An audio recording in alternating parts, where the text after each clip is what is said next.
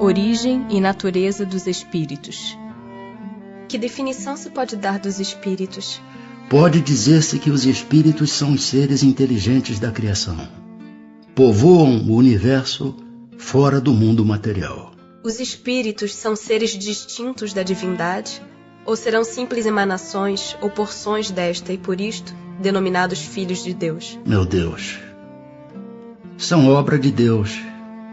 Exatamente qual a máquina o é do homem que a fabrica. A máquina é obra do homem, mas não é o próprio homem.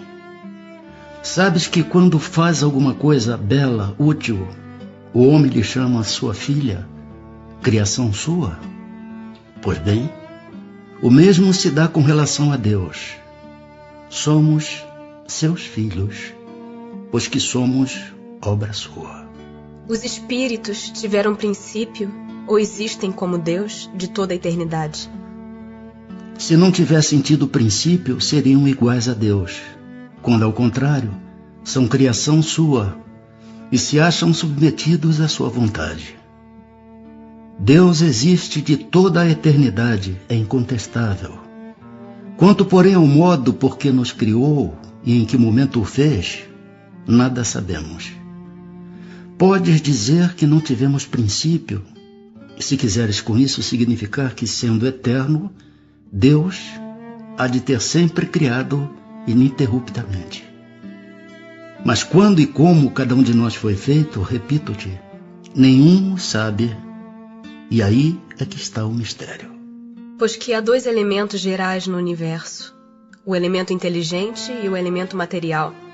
Poder-se-á dizer que os espíritos são formados do elemento inteligente, como os corpos inertes o são do elemento material?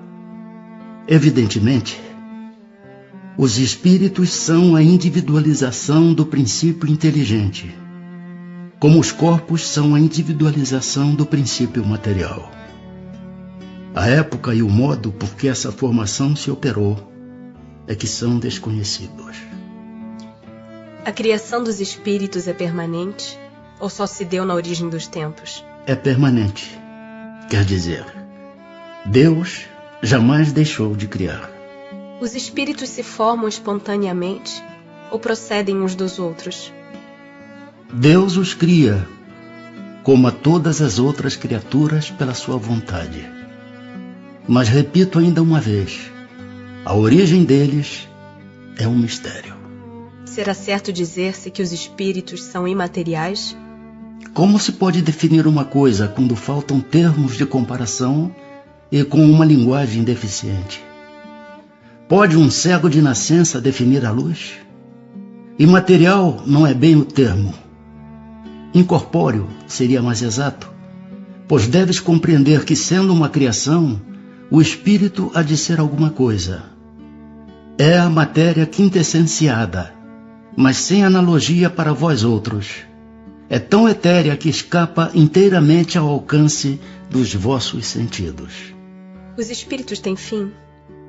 Compreende-se que seja eterno o princípio de onde eles emanam, mas o que perguntamos é se suas individualidades têm um termo, e se em dado tempo mais ou menos longo, o elemento de que são formados não se dissemina e volta à massa de onde saiu, como sucede com os corpos materiais. É difícil de conceber-se que uma coisa que teve começo possa não ter fim. Há muitas coisas que não compreendeis, porque tendes limitada a inteligência. Isso, porém, não é razão para que as repilais. O filho não compreende tudo o que a seu pai é compreensível, nem o ignorante tudo o que o sábio apreende. Dizemos que a existência dos espíritos não tem fim. É tudo o que podemos por agora dizer. Mundo normal primitivo. Os espíritos constituem um mundo à parte, fora daquele que vemos? Sim, o mundo dos espíritos ou das inteligências incorpóreas. Qual dos dois, o mundo espírita ou o mundo corpóreo, é o principal na ordem das coisas? O mundo espírita, que preexiste e sobrevive a tudo. O mundo corporal poderia deixar de existir ou nunca ter existido sem que isso alterasse a essência do mundo espírita? De certo. Eles são independentes. Contudo, é incessante a correlação entre ambos, porquanto um sobre o outro incessantemente reagem. Ocupam os espíritos uma região determinada e circunscrita no espaço? Estão por toda parte. Povoam infinitamente os espaços infinitos. Tendes muitos deles de contínuo a vosso lado, observando-vos e sobre vós atuando, sem o perceberdes. Pois que os espíritos são uma das potências da natureza e os instrumentos de que Deus se serve para a execução de seus desígnios providenciais. Nem todos, porém, vão a toda parte. Por isso que há regiões interditas aos menos adiantados. Forma e ubiquidade dos espíritos. Os espíritos têm forma determinada, limitada e constante? Para vós, não. Para nós, sim. O espírito é, se quiserdes, uma chama, um clarão ou uma centelha etérea. Essa chama ou centelha tem cor? Tem uma coloração que para vós vai do colorido escuro e opaco a uma cor brilhante, qual a do rubi, conforme o espírito é mais ou menos puro. Os espíritos gastam algum tempo para percorrer o espaço? Sim, mas fazem-no com a rapidez do pensamento. O pensamento não é a própria alma que se transporta? Quando o pensamento está em alguma parte, a alma também está aí, pois que é a alma quem pensa. O pensamento é um atributo. O espírito que se transporta de um lugar a outro tem consciência da distância que percorre e dos espaços que atravessa? Ou é subitamente transportado ao lugar onde quer ir? Dá-se uma e outra coisa. O espírito pode perfeitamente, se o quiser, inteirar-se da distância que percorre, mas também essa distância pode desaparecer completamente, dependendo isso da sua vontade, bem como da sua natureza mais ou menos depurada. A matéria opõe obstáculos aos espíritos? Nenhum. Eles passam através de tudo. O ar, a terra, as águas e até mesmo o fogo lhes são igualmente acessíveis.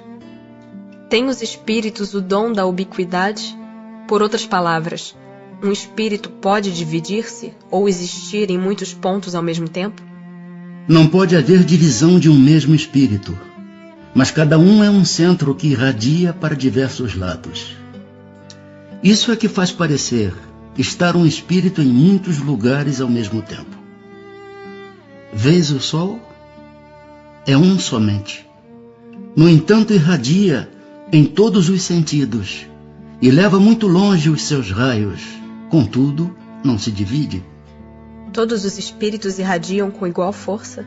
Longe disso. Essa força depende do grau de pureza de cada um. Perispírito. O espírito, propriamente dito, nenhuma cobertura tem, ou como pretendem alguns, está sempre envolto numa substância qualquer? Envolve-o uma substância vaporosa para os teus olhos, mas ainda bastante grosseira para nós. Assaz vaporosa. Entretanto, para poder se elevar-se na atmosfera e transportar-se aonde queira. De onde tira o espírito o seu invólucro semimaterial? Do fluido universal de cada globo. Razão porque não é idêntico em todos os mundos. Passando de um mundo a outro, o espírito muda de envoltório, como mudais de roupa. Assim, quando os espíritos que habitam mundos superiores vêm ao nosso meio, tomam um perispírito mais grosseiro? É necessário que se revistam da vossa matéria, já o dissemos. O invólucro semimaterial do espírito tem formas determinadas e pode ser perceptível? Tem a forma que o espírito queira. É assim que este vos aparece algumas vezes, quer em sonho, quer no estado de vigília, e que pode tomar forma visível, mesmo palpável.